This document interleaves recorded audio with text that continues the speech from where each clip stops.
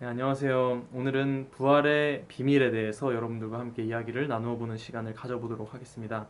지난 시간에 제가 부활의 오해에 대해서 설명을 드리면서 우리가 잘못된 그런 부활의 인식을 가지고 있는 개념을 떻게 우리가 바라봐야 될 것인지에 대해서 간략하게 설명을 드렸죠.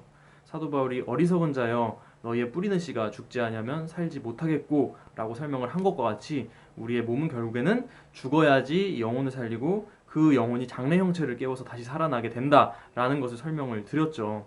네, 그와 같이 우리가 신앙에 대해서도 잘못된 인식을 가지고 있으면은 굉장히 오류를 범하고 그것은 사회 문화적으로도 큰 파장을 일으키게 될 수 있다는 사실을 우리는 명확하게 인식을 해야겠습니다. 오늘날 대형 교회들이 좀 어느 정도 규모가 있고 어느 정도 돈과 권력이 있다고 하면은 자신들의 그 공동 묘지를 사들입니다. 그래서 많은 성도들이 이제 죽고 나면 거기에다가 장례식을 치를 거라고 자신들의 어떤 그 장례 예식을 행하기 위한 그 방편으로 무덤터를 그 묘지들을 다 사들이는데 이것이 성경을 잘못 왜곡돼서 해석하고 있는 그 오류의 결과라고 볼 수가 있는 것입니다.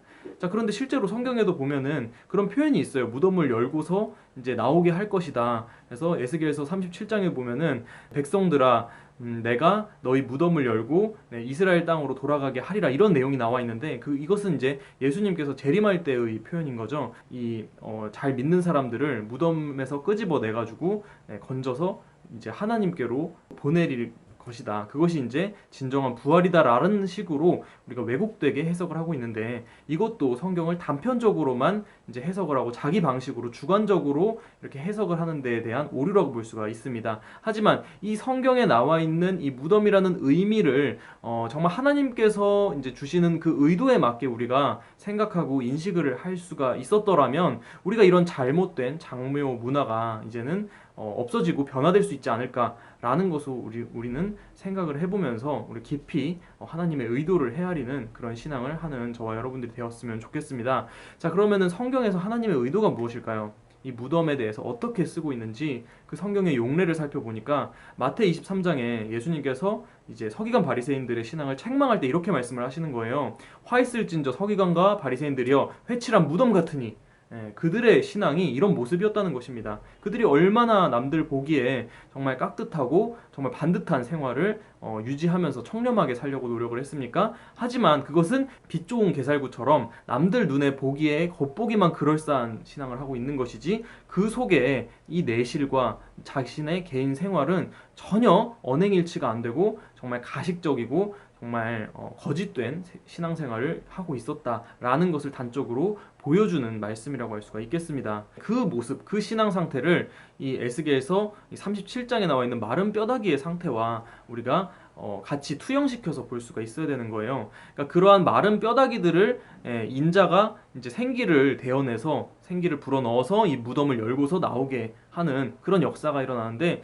이것을 같은 맥락으로 볼 수 있어야지만이 얼마나 우리가 신앙이 왜곡되고 잘못되어 있는지를 우리가 반성을 하고 깨우칠 수가 있다는 것이죠.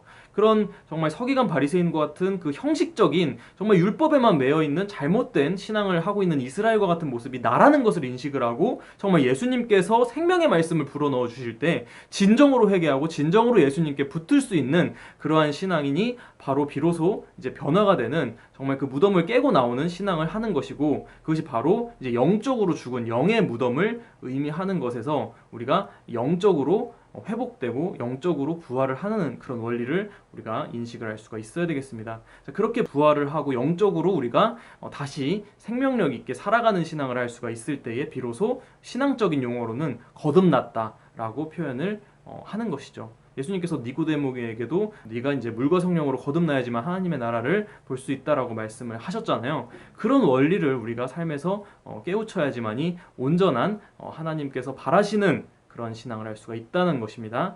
자, 그래서 이제 50절 이하에 보시면은 그 부활의 비밀에 대해서도 좀 설명을 하고 계시는데요. 50절에 보니까 혈과 육은 하나님의 나라를 유업으로 상속받을 수가 없다.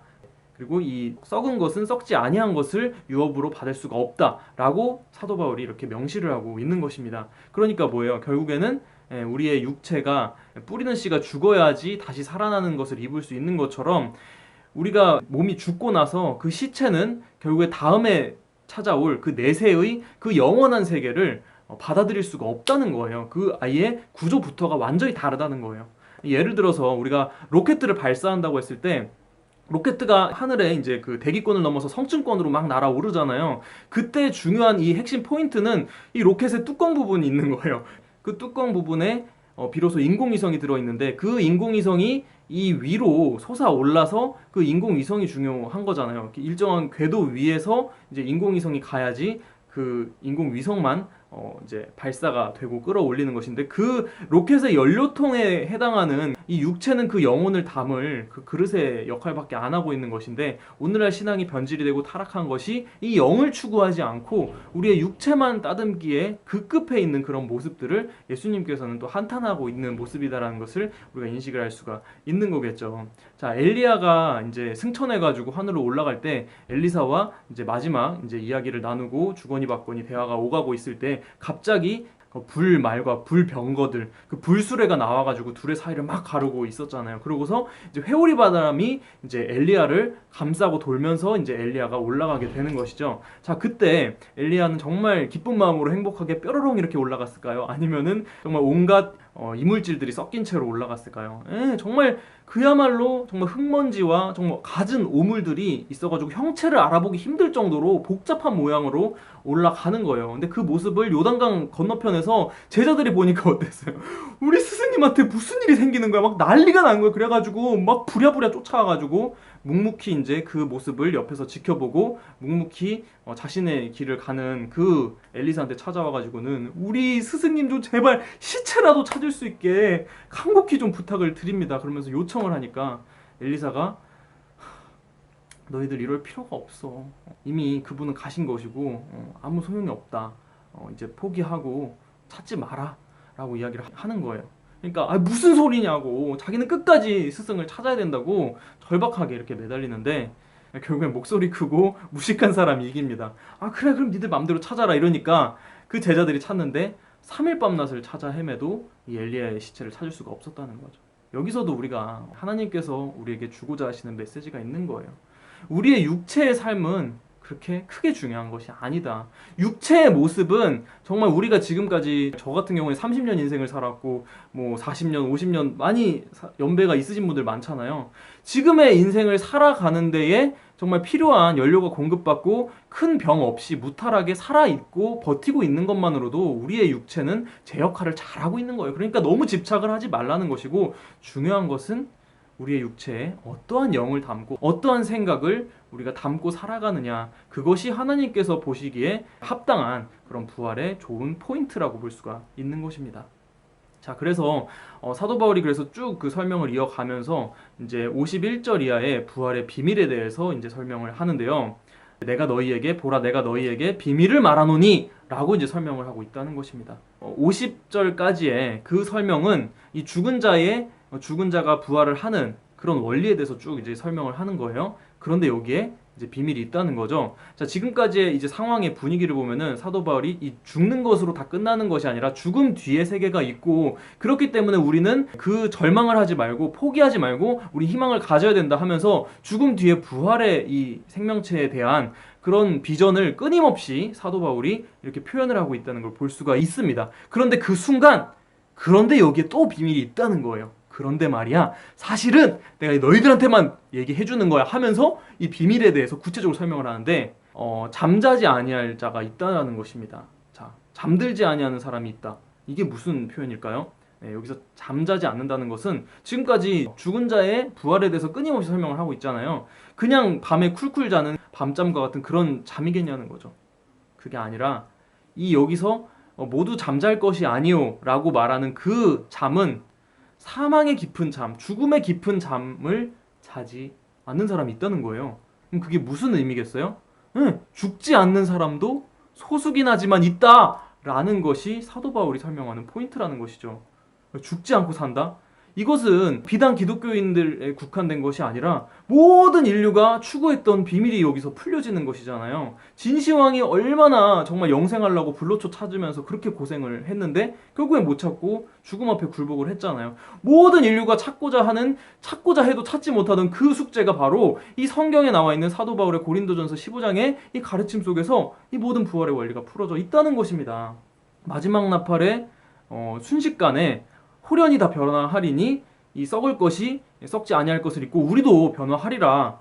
이 썩을 것이 불갑을 썩지 아니할 것을 입고 이 죽을 것이 죽지 아니할 것을 입으리니 그때에는 사망이 이김에게 삼킴받으리라고 말씀하신 그 기록된 그 말씀이 응하리라. 사망아 너희가 이기는 것이 어디 있느냐, 너희가 쏘는 것이 어디 있느냐, 사망이 쏘는 것은 죄요 죄의 권능은 율법이라 라고서 설명을 하고 있다는 것입니다. 결국에는 예수님의 가르침이 이 생명의 가르침, 예수님이 나는 부활이요 생명이니라고 말씀을 하셨잖아요. 우리가 정말 율법에 갇혀있는 형식적으로 그야말로 형식적인 반성, 형식적인 생활만 돌아보는 그런 패턴에 갇혀있는 신앙에서 이제는 깨어서 우리가 진짜 예수님처럼 예수님의 정신으로 하루하루를 살아가는 삶을 추구하면서 그렇게 우리의 몸을 변화시켜 갈 때에 비로소 이제 성령이 새롭게 하는 시점이 바로 마지막 나팔에 우리 육체가 홀연히 변화되는 그 거듭나는 시점이라는 것입니다.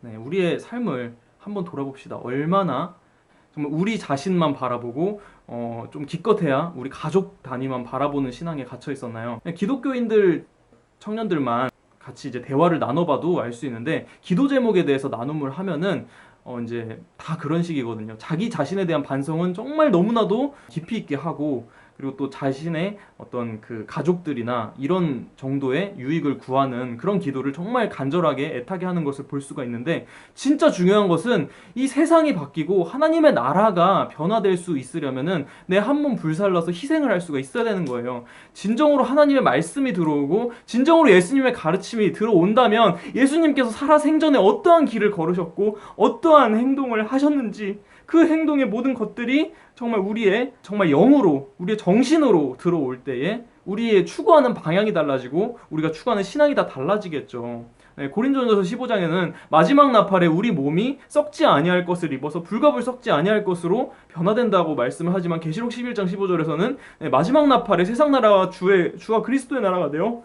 그가 세세토록 천년 동안 왕노릇 하시리로다 라고 말씀을 하는 거예요. 이 두 가지 사건이 같이 일어난다는 것을 보았을 때에 우리가 정말로 우리 한 몸을 불사를 수 있으려면은 정말 이 세상에서 추구하는 그 가치와 나의 가치가 부합을 할 수 있을 때 정말 나의 모든 것들을 죽이고 자신을 부인하고 예수님의 십자가를 묵묵히 따라서 자기 한 몸이 다 소멸되기까지 모든 것들을 희생할 수 있는 그 예수님의 정신으로 꽉 찼을 때에 비로소 나의 행복과 이 세상이 바라는 이 행복이 같이 합치되고 정말 나의 몸도 변화가 되고 이 세상도 변화를 시킬 수 있는 그 두 가지의 이것이 하나로 조화를 이룬다는 것입니다. 그렇기 때문에 우리가 바라보는 그 마지막 그 산순교가 너무나도 숭고하고 아름다운 것이에요.